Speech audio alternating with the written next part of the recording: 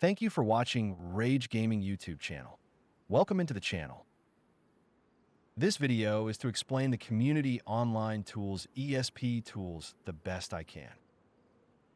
Okay, just like last video, you'll need to have the mod Community Online Tools already installed and have been given or gave yourself the permissions needed to use these tools. While in game, press the N button on your keyboard to activate your admin tools. Then press the Y button to open the tools. Navigate to the ESP tools. Once it is open, this top show ESP is like an on or off toggle for the ESP. Turn this on. In doing so, it will turn red and say clear ESP, which is like turning it off if you were to click it again. I will leave it on for now. Moving down to the auto refresh. I bet you can't guess what it does. Haha, JK. It automatically refreshes the ESP, looking for items that you have checked for the possibilities of new items. Also, this bar is how often it will refresh. Going down is this draw player skeletons. It is to see like a stickman figure of other survivors.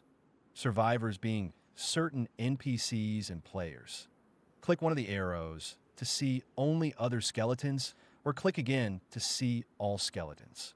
This line thickness is how thick the skeleton is when turned on. Moving to the radius. The radius bar lets you see items checked from farther distances. The select all will check all the boxes, and this one unchecks them all. Deselect all is a quick way to remove any that you have checked so you don't have to scroll again and uncheck it. These are the list of items that can be found while using ESP. Back up at the top again, where it says Show Class Name with a checkbox. This means if you have Show Class Names box checked and the items in the ESP checked, then it will show the class name and not the game name. Next is Include All Objects. If checked, then you will see all items that could have an ESP checkbox. So when looking, you can include objects that are not normally included, like trees and stuff. Going down past this refresh bar and line thickness, since we have already covered them. This class filter is really nice.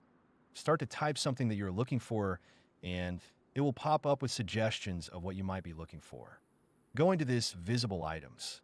If you already have items out on a map and ESP is on, you can click the select all to select all items showing on ESP, or the deselect all to uncheck everything showing on ESP.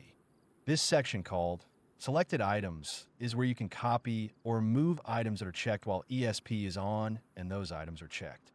For example, if you have items checked on the ESP and you click Copy to Clipboard, it will copy the class names of those items to your clipboard, like what I have showing the Notepad++. If you click the arrow to the right, it will say Spawnable Types.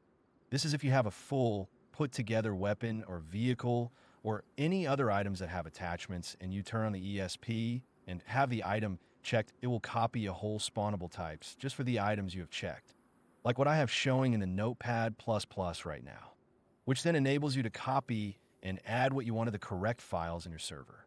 Clicking the arrow again will bring you to Expansion Market. Clicking Copy to Clipboard while it says Expansion Market, and if you have the items checked, will give you a ready-to-insert price config that you can adjust, then add to your pre-existing Expansion Market price config. If you don't want to sit in the files and try to think of all the items that belong on something, go in game and put it all together with all its attachments and use this for it to add those items like it's supposed to have. Like what I have showing in the Notepad again. Like I said, just adjust the values to your liking and add this price config to the appropriate area of your Expansion Market config. Clicking the arrow again will bring you to Spawner System. This one I will only give a quick description because this one has to do with the Spawner System tool, which I will cover in a later video. Anyway, if you have something selected and you click the Save to Clipboard, it will open up a window so you can name the set. The set is something you can spawn again from the Spawn System tool. Moving on from that one is these two buttons. Move to Cursor and Delete Selected.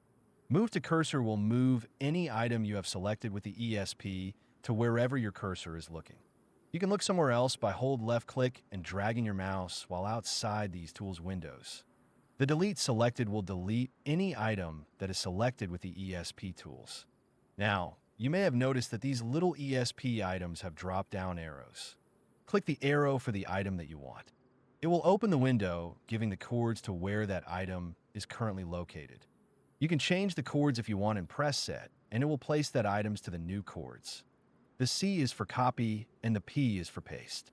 Checking the refresh box will keep refreshing the item that is checked for any kind of changes.